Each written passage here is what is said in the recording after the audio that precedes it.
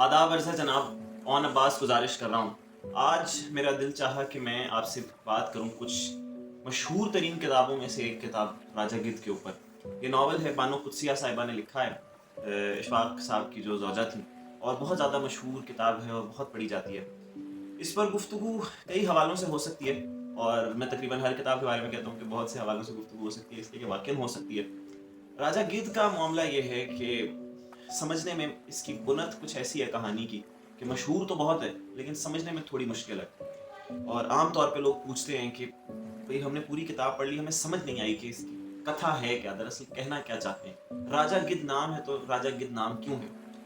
یہ کہانی شروع ہوتی ہے یونیورسٹی کے ایک کلاس روم سے، کالج یونیورسٹی کے ایک کلاس روم سے۔ سوشیالوجی کی کلاس چل رہی ہے اور اس میں ڈسکشن ہو رہی ہے خودکشی کے اوپر۔ یہاں سے گفتگو شروع ہوتی ہے اور وہ مختلف حوالوں سے ہوتی ہوئی ایک ٹرائنگل تک پہنچ جاتی ہے کہ ایک لڑکا اور لڑکی ایک دوسرے سے معاشقے میں مبتلا ہو جاتے ہیں، ان دونوں کا آپس میں جو ہے وہ افیئر چلنا شروع ہو جاتا ہے۔ لڑکا پھر اس لڑکی کو جو ہے وہ دھوکہ دے دیتا ہے یا اس کو چھوڑ کر چلا جاتا ہے، جو بھی آپ کہیے۔ پھر وہ لڑکی جو ہے وہ اس کہانی کے پروٹیگنسٹ کے ساتھ آ جاتی ہے، اس کا نام انہوں نے قیوم رکھا ہے، اور پھر ان دونوں کا آپس میں معاملہ چلنا شروع ہو جاتا ہے۔ اور پھر ان دونوں کا معاملہ بھی کوئی ایسا معاملہ نہیں ہے کہ وہ لڑکی مکمل طور پہ اس لڑکے کو قبول کر سکی ہو، کہ یہ جو ہے ان کا معاشقہ بھی آپس میں یہ نہیں ہے کہ وہ لڑکی مکمل طور پہ اس چیز کو قبول کر سکی ہو کہ میں اب اس لڑکے سے میرا کوئی تعلق نہیں رہ گیا، اب میرا سب کچھ قیوم ہے۔ لیکن قیوم یہ چاہتا ہے کہ وہ لڑکی اس کو مکمل طور پہ چاہے اور اس کے ساتھ مکمل طور پہ ان کا معاملہ بن جائے۔ اب بہت عجیب و غریب سی صورتحال ہے کہ جب یہ دونوں اکٹھے بھی ہو رہے ہیں تو وہ یہ نہیں کہہ رہی کہ قیوم سے میرا کوئی تعلق ہے، یا میں اگر مثال کے طور پہ ڈیٹ پہ جا رہے ہیں تو قیوم کے ساتھ ہیں، یا ہم دونوں اکٹھے ہو رہے ہیں تنہا ہو رہے ہیں تو قیوم کے ساتھ نہیں۔ وہ یہ سمجھ رہی ہے کہ میں اس کے ساتھ ہوں۔ اس کے لیے قیوم جو ہے، جو کہانی کا اصل کردار ہے، وہ ایک سمبل ہے اس کے اصلی محبوب کا۔ تو اسی طرح پھر اور کہانی آگے بڑھتی ہے، وہ لڑکی مر جاتی ہے، پھر قیوم کی زندگی میں ایک اور لڑکی آتی ہے، وہ مسلسل ایک وجود کی کشمکش سے گزرتا چلا جاتا ہے۔ اب وہ جو ایک اور لڑکی آتی ہے وہ شرع کی بہت پابند ہوتی ہے، اس کے ساتھ یہ ہم بستری نہیں کر سکتے۔ اس کے بعد پھر وہ جو ہے وہ ان چیزوں کی وجہ سے اس کو چھوڑ کے چلی جاتی ہے۔ پھر ایک جو ہے وہ تیسری لڑکی آتی ہے، اور وہ تیسری لڑکی جو ہے وہ پہلے سے کہیں شادی شدہ ہوتی ہے، جو قیوم سے شادی کے بعد ڈسکلوز کرتی ہے کہ میں جو ہے وہ پہلے سے شادی شدہ ہوں، یا میرا ایک اور لڑکے کے ساتھ جو ہے وہ معاملہ چل رہا ہے۔ مطلب اس طرح کی چیزیں ہیں، اور میرا خیال ہے کہ کافی دن پہلے پڑھی تھی تو پریگننٹ بھی تھی، مطلب دوران حمل اس لڑکی نے اس سے شادی کر لی کیونکہ اس کے گھر والے نہیں جانتے تھے کہ میں اس سے شادی شدہ ہوں۔ تو یہ کہانی ہے۔ چونکہ آپ لوگ بعد میں کہتے ہیں کہ آپ اپنا انالیسس سنا دیتے ہیں، ہمیں کہانی ہی نہیں سناتے کہ کتاب کے اندر دراصل لکھا کیا ہے، تو یہ تو وہ باتیں ہیں کہ جو کتاب میں درج ہیں۔ اب ہم آتے ہیں اس طرف کہ جو اس کتاب کی سگنیفیکنس ہے، کیوں پڑھنی چاہیے یہ کتاب ہر ایک کو نہ بھی پڑھے، کم از کم ہر یونیورسٹی کے اسٹوڈنٹ کو ضرور پڑھنی چاہیے۔ راجہ گدھ ابھی تک اس وجہ سے زندہ ہے کہ ابھی تک کی نوجوان نسل کے جو مسائل ہیں ان کو یہ کتاب ایڈریس کر رہی ہے۔ اب یہ سب باتیں تو میں نے آپ لوگوں کو اس وجہ سے بتائیں کہ بعد میں ہمیں کہا جاتا ہے کہ آپ انالیسس سنا دیتے ہیں اپنا اور اصل میں کہانی نہیں سناتے۔ تو وہ کہانی میں نے آپ کو سنا دی۔ کل 3 حصے بنیں گے اس کتاب کے اور اس کتاب کے اندر موجود کہانی کے، اور وہ یہ ہیں۔ اب ہم اس طرف آتے ہیں کہ یہ کتاب اتنی زیادہ کیوں پڑھی جاتی ہے، یا ابھی تک راجہ گدھ جو ہے یہ بیسٹ سیلرز میں کیوں ہے، بہت زیادہ پڑھا جانے والا ناول کیوں ہے۔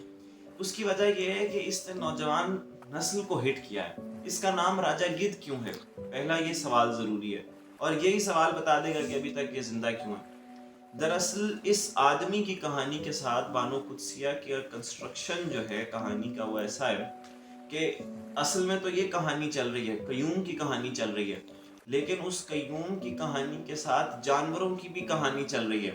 مطلب انسان حیوان ناطق ہے نا، تو وہ حیوانوں کی بیٹھک بھی ایک چل رہی ہے جو کہ بتا رہی ہے کہ بھائی جان یہ جو قیوم ہے یہ کس قسم کا حیوان ہے، مطلب یہ حیوانوں کی کون سی جنس سے متاثر ہے۔ تو اب قیوم جو ہے وہ اس کو یہ اس طرح سے بیان کرتی ہیں بانو قدسیہ کہ قیوم جو ہے وہ گدھ انسان ہے، مطلب گدھ قسم کا انسان ہے، اور پھر جو گدھوں کی جو کوالٹیز اور کریکٹرسٹکس ہیں ان سے اس کو ریلیٹ کرتی چلی جاتی ہیں کہ اب اس مقام تک قیوم آ گیا ہے تو یہ گدھ کا یہ مقام ہے، اب اس مقام تک قیوم آ گیا ہے تو یہ گدھ کا یہ مقام ہے۔ تو اس وجہ سے اس کہانی کا نام ہے راجہ گدھ، کہ راجہ گدھ جو ہے وہ اس کی کیا کہانی ہے، اس کی زندگی کن مسائل سے اور کس ماحول سے گزرتی ہے۔ تو ایک تو یہ بات ہوگی کہ اس کا نام یہ کیوں ہے۔ اب یہ کیوں ہے؟ اس لیے کہ ہر انسان نوجوانی میں اس گدھ قسم کی کیفیت سے گزرتا ہے۔ ہر انسان جو ہے وہ اس کی جوانی جو ہے وہ جنسی میلانات کا ایک عنوان ہوتی ہے۔ ہر انسان کو جوانی میں جنسی میلانات ہوتے ہیں، جنسیات کی طرف اس کی توجہ اور جنسیات کی طرف اس کی ایک اسپیشل اٹینشن ہوتی ہے۔ اس چیز کو بیان کریں کہ انسان کا جنسی سفر کہاں سے کہاں گزرتا چلا جاتا ہے اور کیسے گزرتا چلا جاتا ہے، اور وہ ان میں کن مسائل سے اور کس قسم کی وجودی کشمکش سے گزرتا ہے۔ تو اس میں بڑے عجیب و غریب قسم کے جملے انہوں نے بیان کیے۔ اب آپ سوچئے کہ ایک لڑکا ہے جو کہ ایک لڑکی، مطلب اس کی مثال یوں نہیں ہے کہ اس نے بہت سی لڑکیوں میں سے کسی ایک لڑکی کو چوز کیا، اس نے جیسی پہلی لڑکی کو دیکھا وہ اس پر فدا ہو گیا، پھر اس لڑکی نے جب معاملہ ختم ہو گیا، وہ لڑکی مر گئی، اس نے جس دوسری لڑکی کو دیکھا وہ اس کی محبت میں مبتلا ہو گیا۔ اس کے بعد پھر اس کو خیال آیا کہ یار یہ میں جس لڑکی کو دیکھ لیتا ہوں میں اس کے ساتھ پیار کرنے لگتا ہوں، تو اس نے اپنی بھابھی کو کہہ دیا کہ اب آپ میری شادی کروا دیں، اور شادی کروا دیں کسی کنواری لڑکی سے۔ وہ جس لڑکی سے شادی کروا دیتی ہیں اور اس کے کنوارے پن کی اور اس کے حجاب اور حیا اور اس کی پارسائی کی قسمیں کھا کے اس کے ساتھ بیاہ کرواتی ہیں، وہ لڑکی جناب والا پہلے سے ہی حاملہ نکل آتی ہے۔ تو دراصل یہ گدھ کی زندگی ہے جو کبھی جنس سے آگے نہیں سوچ پا رہا، جو کبھی جو ہے سیکس سے زیادہ نہیں سوچ پا رہا۔ تو اب ایک دو جملے میں اس کتاب سے جو کہ میں نے نوٹ کیے ہوئے ہیں ایسے ہی بس تاکہ کچھ گفتگو ہو جائے اور پھر یہ ہماری ویڈیو مکمل ہو جائے گی۔ مثلا یہاں پہ یہ فرماتے ہیں کہ ہاں، جنس کے راستے پر عورت کبھی خوار نہیں ہوتی، وہ ہمیشہ محبت حاصل کرنے آتی ہے اور بچہ حاصل کر کے چلی جاتی ہے۔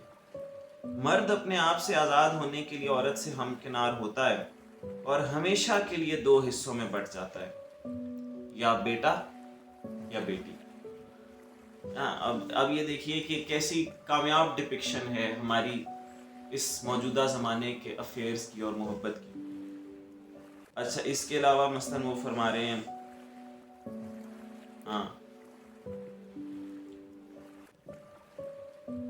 جتنا کسی کے ساتھ پرانا تعلق ہو اتنا ہی اس کی بے وفائی کے لیے تیار رہنا چاہیے، کیونکہ تبدیلی کائنات کا خمیر ہے، انسان بدل جاتا ہے۔ سوچ دو طرح کی ہوتی ہے، ایک سوچ علم سے نکلتی ہے اور ریگستان جا کر سوکھتی ہے، دوسری وجدان سے جنم لیتی ہے اور باغ کے دہانے پر لے جاتی ہے۔ اب ایک ایک چیز کو جو ہمارے موجودہ زمانے کے افیئرز ہوتے ہیں نا، اس کو ایسا لگتا ہے کہ بانو قدسیہ نے پورا مطالعہ کیا ہوا ہے۔ مطلب مرد جو بل دینا چاہتا ہے ریسٹورنٹس پہ جا کے، یہ عورت کیوں نہیں دینا چاہتی، اور مرد اس کو اپنی خوش نصیبی کیوں سمجھتا ہے، اس کے اوپر انہوں نے بڑا اچھا کمنٹ کیا ہوا ہے۔ اس کے علاوہ یہ باغ کی جیسے بات تھی تو انہوں نے پورا اس کو بیان کیا ہے کہ باغ کے اندر ہی ڈیٹنگ کیوں ہو رہی ہوتی ہیں، باغ ہی ڈیٹنگ پوائنٹ کیوں بنے ہوئے ہوتے ہیں۔ تو اس کتاب کو ضرور پڑھیے، یونیورسٹی گوئنگ اسٹوڈنٹس کو تو ضرور پڑھنا چاہیے، اور آپ جب اس کو پڑھیں گے تو آپ کو مائنیوٹلی اندازہ ہوگا کہ آپ کے اپنے افیئرز میں کہاں کہاں لوپ ہولز چل رہے ہیں، شاید آپ اس کو فل کر سکیں۔ بہت شکریہ۔